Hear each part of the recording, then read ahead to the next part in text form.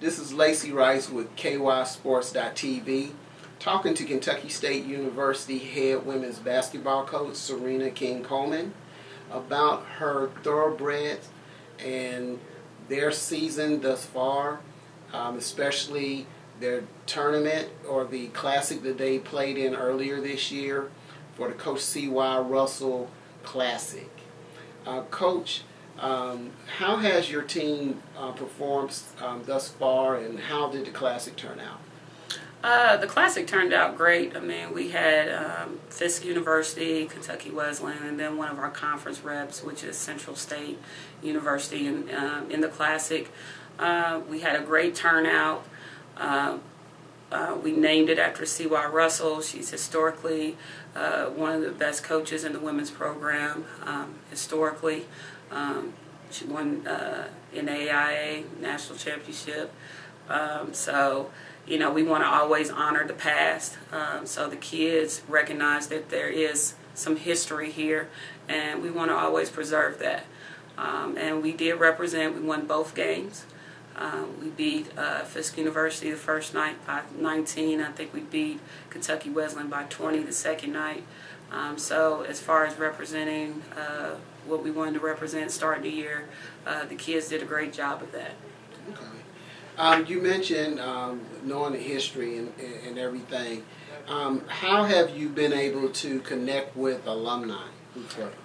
Well, I first connected with the alumni was a couple of years ago, a few years ago, when they got honored at the NAIA tournament.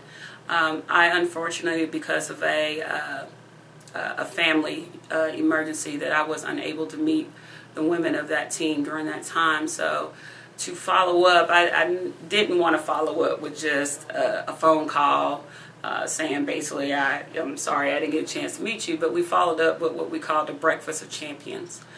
We also included the men's 1970, 71, 72 national championship team, and the women were really excited, very open, and the idea was more of a bridging the gap type of thing. So they had an opportunity to just talk to our young ladies during that time about how things were, you know, and how they didn't realize going through that it was such an important thing.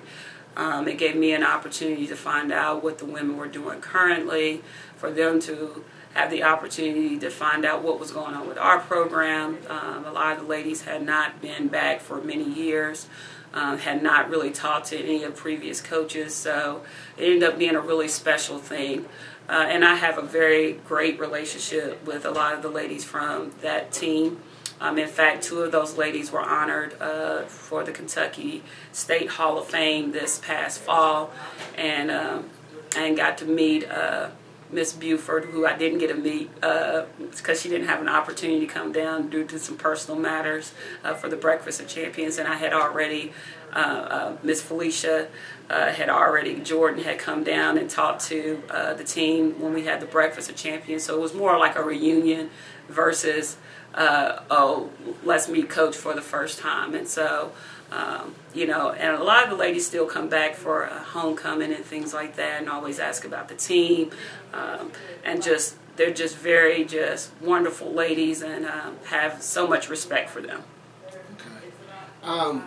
From the Breakfast of Champions and the and your meetings and your conversations with the ladies, what have you been able to take from all that to apply to your team now? Well, the one thing that I did realize is a lot of the same values that C.Y. Russell had during that time are a lot of the same things that we do currently. The importance of them carrying themselves a certain way, going to class. C.Y. Russell had those things in line. And every time I would talk about a rule that pertained to my current team, someone would say, but dang, that C.Y. Russell did the exact same thing. So for me, it was very comforting to know that those same values are being continued in the program. And obviously those values work, because in 1981 they won an NAIA National Championship. last year we were able to be Western Division champs. We, got an at-large bid to the NCAA. So, just understanding and knowing that history reflects success. So the same values, success doesn't change. It doesn't matter whether it's generational. It doesn't matter if it's socially. The same values or the same attributes that you buy in that are successful, you can be successful. And that doesn't change. As well as if you buy into the things that are unsuccessful. It doesn't matter whether it's generational or social or whatever, you will be unsuccessful. So it was more of a reassuring thing that, definitely we were heading in the right direction, but that breeds success, those same values. Last year, you had actually gone on to a record winning streak for the women's basketball program. Do you think that your young ladies meeting some of the members of that team, some of the ladies that Coach Russell coached, as well as I believe you met Denise Goings, who's arguably the greatest woman athlete in Kentucky State history. Right. Do you think any of that transferred over to your ladies to make them want to attain these higher heights? It's hard to make that connection.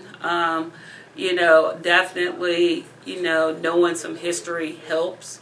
But each kid is different in how they're motivated.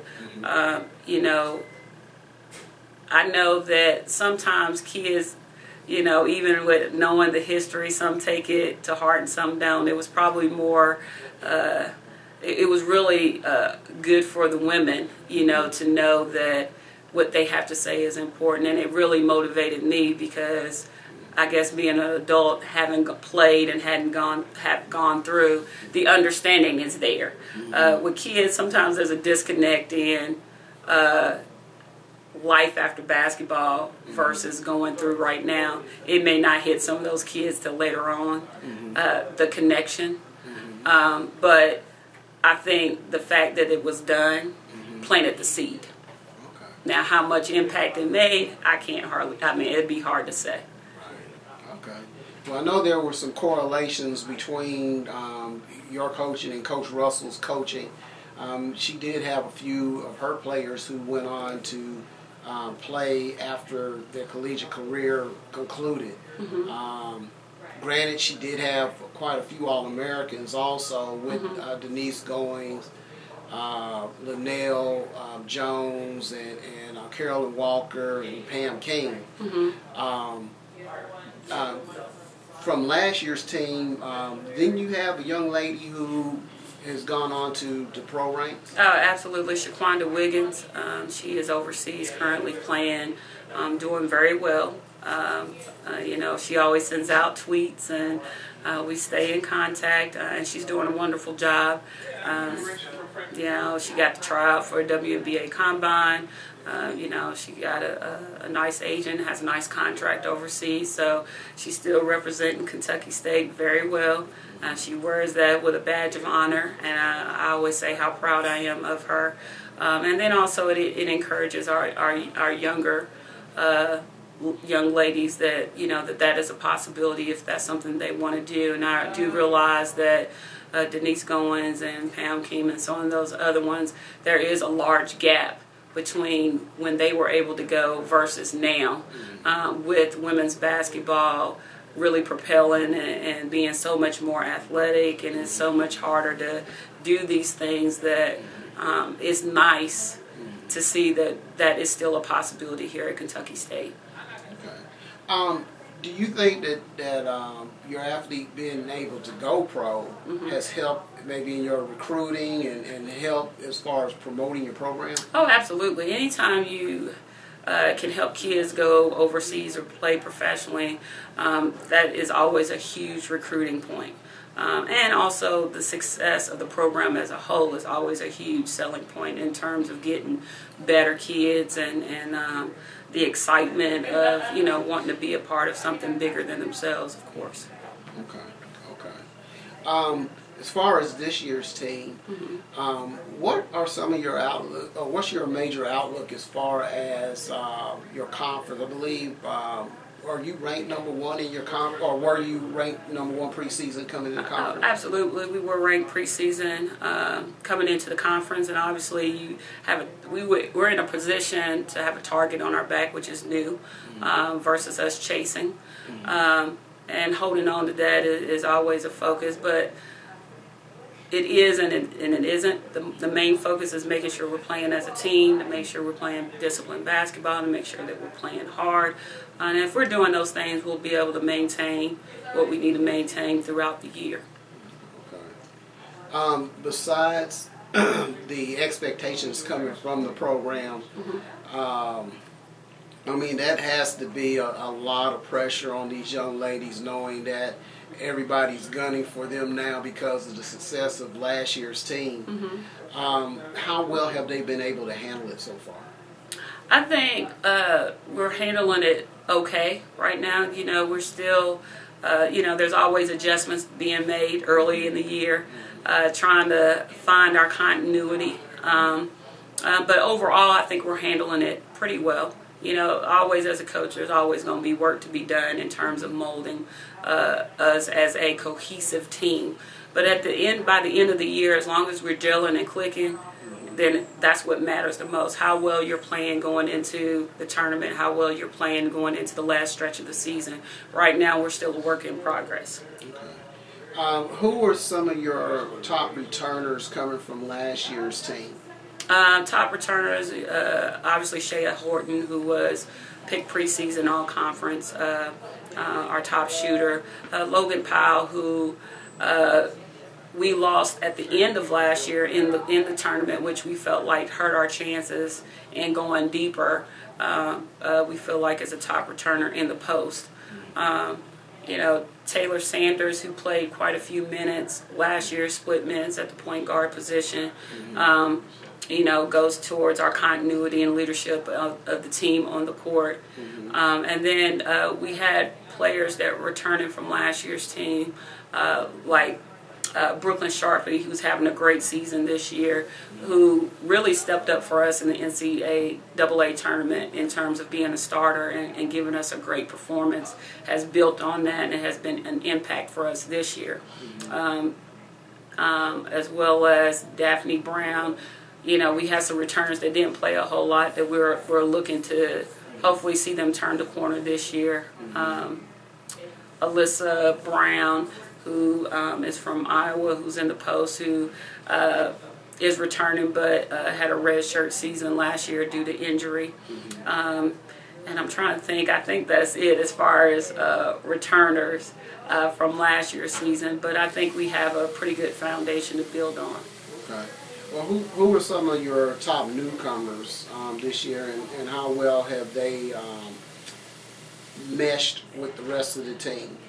Well, it's hard to say that some of them, I think all of them are top folks. So Jamisha Mosley, who is from Oakwood, Kentucky, who's doing an excellent job for us. In fact, is leading us in scoring right now. She comes off the bench for us and has been in a starring role for us offensively. Alexandria Stanford, who is a transfer point guard, who's great for us in transition, has led us in scoring some this year. Intricate part of our transition offense, has done a great job for us and is a starter. Samantha Runblade, who was, and Jamisha and her were both JUCO All-Americans. Samantha is the other shooter for us. We're trying to get her going, trying to get her more shots, but also a starter, great team player, great IQ. Aaliyah Gibson, who played at Iowa Lakes, averaged a double-double there, is a starter for us as well. She's long, she plays in the post for us, gives us a little bit of shooting in the post as well. She's starting, but I feel like she has not had her breakout game yet, but does very well for us. Who else? Alexis Stollard from Louisville, Kentucky. Transfer as well, has led us in scoring a couple games. One of our better defenders has started some this year. But we're still trying to work out. We got so many people that can do so many things in terms of scoring, playing defense. It's still a work in progress, and how that all fits together and fits together for them. As coaches, we see all the pieces fitting together exactly the way they're supposed to, but it's getting the players to see those pieces come together. And that's the part that we want to have rolling before we get, as we go into the last stretch of the year, and especially going into the tournament. Okay. Who are some of your upcoming opponents who might pose a big challenge for you? Well, definitely tonight we play Benedict College, who's always posed a challenge for us. They'll be very physical. They'll be deep. We have not played them at home in a few years, so it'd be exciting for us to have them here, for us to have an opportunity to play them at home. So they're always a conference rival for us, and it always seems to be us and Benedict when it comes down to it. I think they led the Eastern Division last year. We led the Western Division, and so that's always a rival. So that's a big challenge for us, and as well as they were one of the teams that beat us in the regular season last year. So obviously this is a big game for us tonight. Okay. As far as the rest of your outlook, do you have any other non-conference games that you play from here on? Oh, yes. We go to Kentucky Wesleyan's tournament the 19th and 20th of December, late tournament, and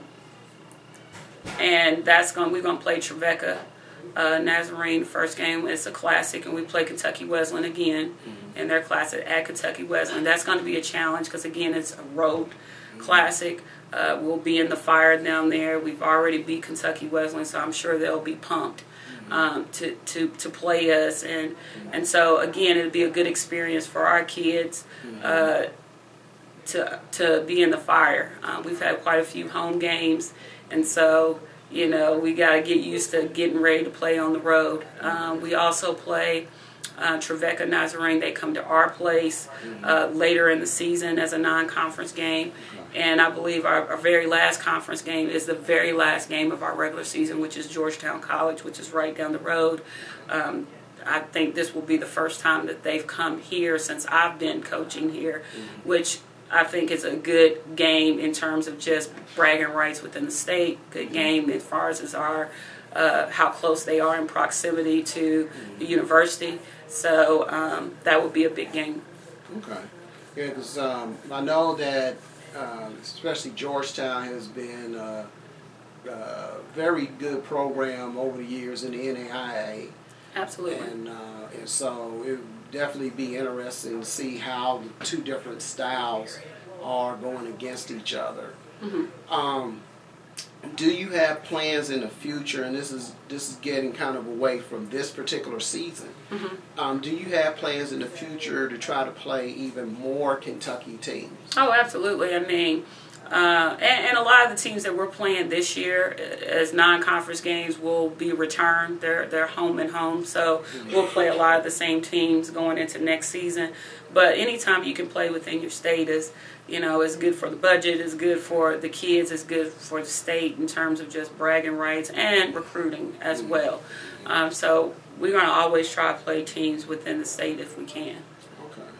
Are there any plans, or do you think that you're going to try to get some of these top Division I teams to play you, like a Louisville or a Western Kentucky University or even UK, especially since Western's coach used to coach here? Right. That's always touch and go. We always want to play teams within the state,